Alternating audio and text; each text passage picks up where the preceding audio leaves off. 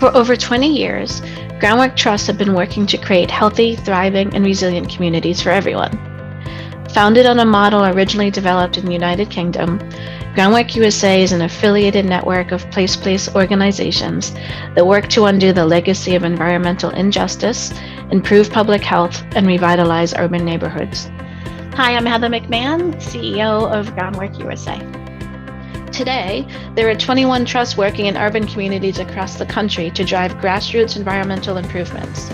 Collectively, we work to transform underutilized land and waterways into community assets like parks, trails, and green spaces, reduce the harm caused by climate-related extreme heat, flooding, and poor air quality, and prepare the next generation of environmental leaders by engaging young people from our communities in paid environmental education and training programs.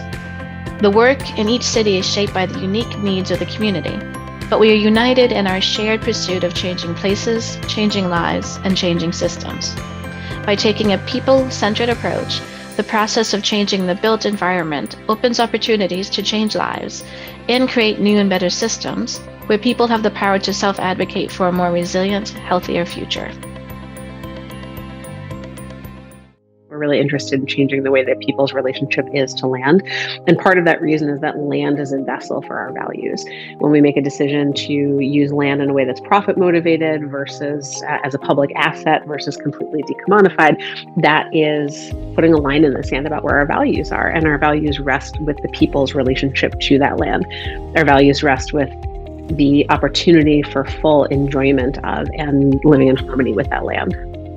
Leslie Melendez, the executive director of Groundwork Lawrence, often talks about what it was like to grow up in Lawrence along the Spicket River, how that glossy magazine paper was produced in a factory, and that people could tell what color dyes that the factory was working with based on the color of the Spicket River.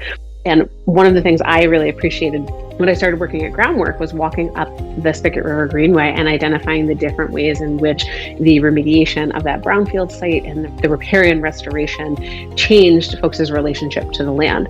It was something that was once considered dirty, but now is green and blooming. It was something that was not providing a tremendous amount of community benefit, but now casts shade over this linear area that allows people to recreate safely in warmer weather. Not just planting a tree today. You're helping to reduce air pollution, you're helping to reduce asthma rates, you're helping to reduce stormwater runoff. Hi everyone, my name is Tanner Yes with Groundwork Ohio River Valley, and I have always been a Groundwork kid. I grew up in and out of national parks, moving all around, having an innate connection to nature, but never really seeing representation of folks that look like me or diverse representation in general. I never really found home until I found Groundwork. Indeed, that's what our youth tell us now, that Groundwork is home.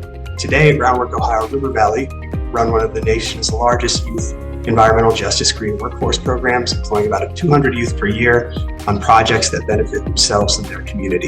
We really take back the land in the form of restoration of heart, mind, body, and soul, and instill an effort of conservation and making sure that our kids know that their city is malleable and also connected to our great places of nature.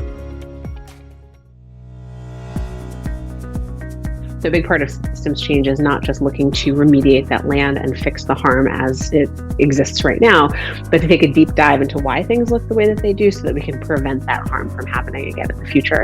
And we see that throughout a couple of our programs. We see that in our Climate Safe Neighborhoods partnership very clearly, where we're trying to understand the history and what is to help develop a vision of what could be. And that's very dependent upon systems change, upon who distributes the resources, upon who has a seat at the table.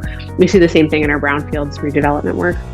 Brownfields redevelopment, you often hear the term highest and best use utilized. And that generally is a shorthand for how much money can this parcel of land generate. And something that we're doing that's a systems change focus is redefining what does that highest and best use mean? What's the highest and best use for recreation, for health, for things that might not be financially or economically quantifiable at first glance, but are still incredibly important to the health and well-being of community members.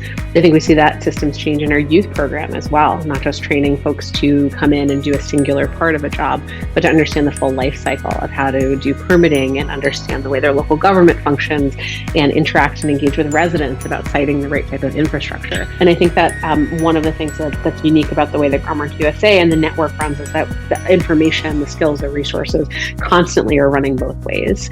That is what allows us to be successful. I think that's what allows us to stay really agile and to stay on top of developing national priorities as well as local community needs, because we know there's a relationship between the two in terms of policy, in terms of funding, in terms of being able to bring resources to the community. Each tree, each garden, each tomato, each youth is one piece that keeps us going, and these successes is what are going to enable us to create lasting change. Together, we are going to change places, change lives, and change systems.